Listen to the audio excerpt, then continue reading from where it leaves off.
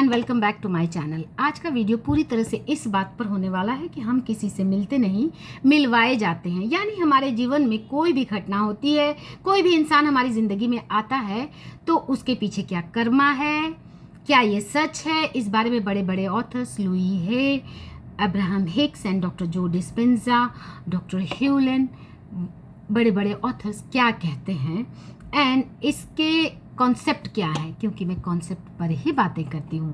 तो एक सिनेरियो लीजिए, एक हाइपोथेटिकल सिचुएशन है कि किसी के घर में कुछ चूहे आ जाते हैं जो आपके कपड़े कतर देते हैं, ख़राब कर देते हैं। एंड बिल्ली भी आ जाती है, वो पूरे घर को गंदा कर देती है। फॉर एग्जाम्पल, हम कहीं बाहर जाते हैं तो गलती से अगर ऐसा हो जाता है, फिर हम आते हैं और हम देखते हैं कि घर में कुछ इस तरह की सिचुएशन है, तो हम क्या करेंगे उस सिचुएशन में?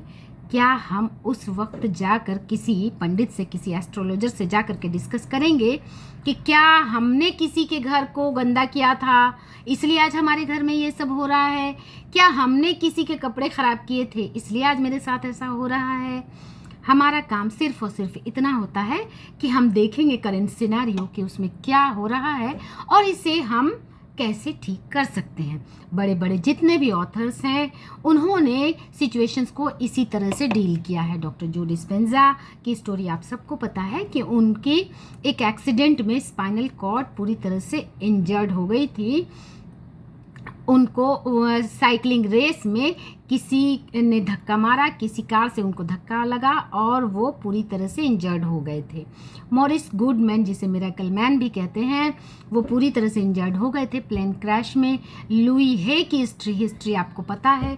ये सारे ऑथर्स कहीं ना कहीं इन्होंने एक सिनेरियो से, एक स्ट्रगलिंग सिचुएशन को क्रॉस करके पूरी तरह से हील्ड सिचुएशन को गेन किया।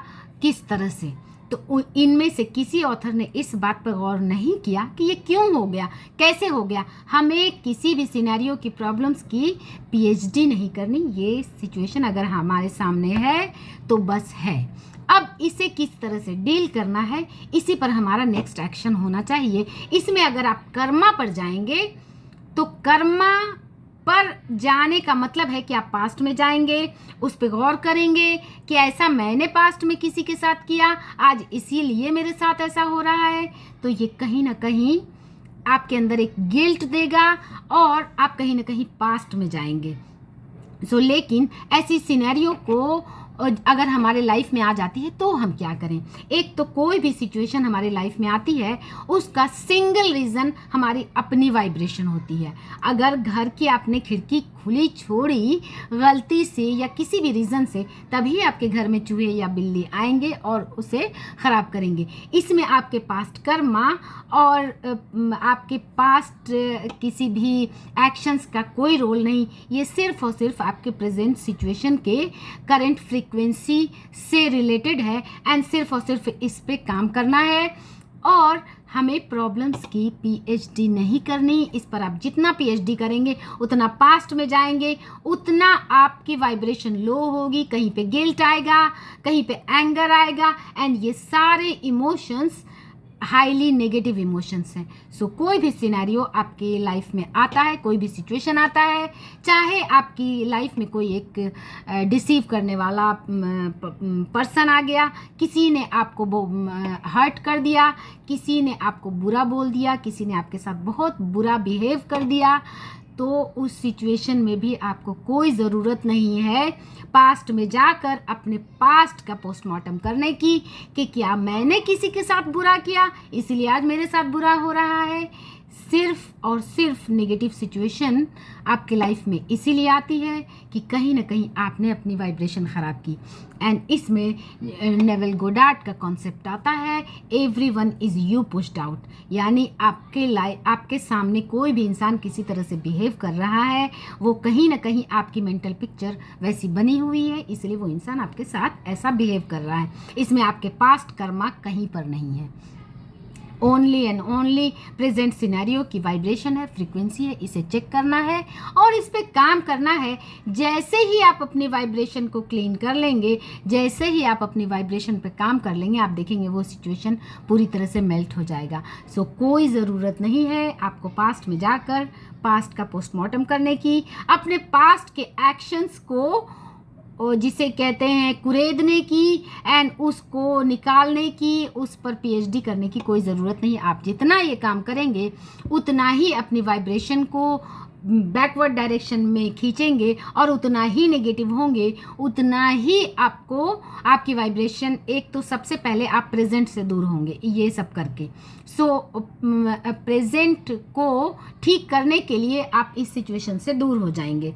सो पास्ट में जाकर उसकी पीएचडी करने की कोई ज़रूरत नहीं। ये द ज़ीरो लिमिट में भी लिखा है कि आप प्रेजेंट सिचुएशंस में क्रिएटिव तभी बन सकते हैं जब पास्ट से अपने आप को फ्री करें। एंड फ्री करने के लिए उसके बारे में आपको उस पर लेट गो करना है। पास्ट में क्या हुआ वो बस हो गया, चला गया। हर इंसान से गलती होती है, हर इंसान कुछ गलतियां करेगा, उससे सीखेगा।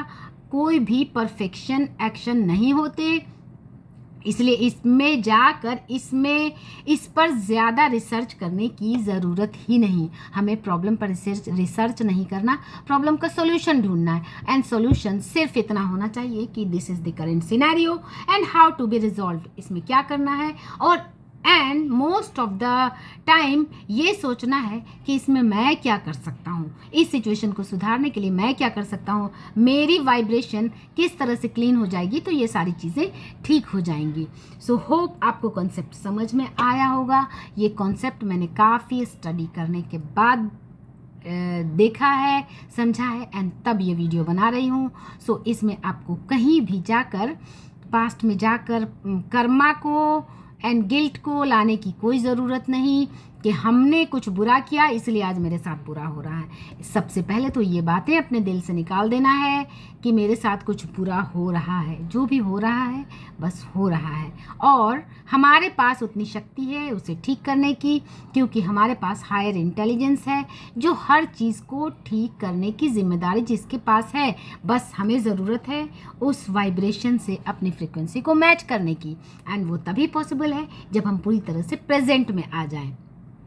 होप आपको मेरा वीडियो पसंद आया होगा। पसंद आए तो लाइक शेयर सब्सक्राइब करें। Thanks for watching.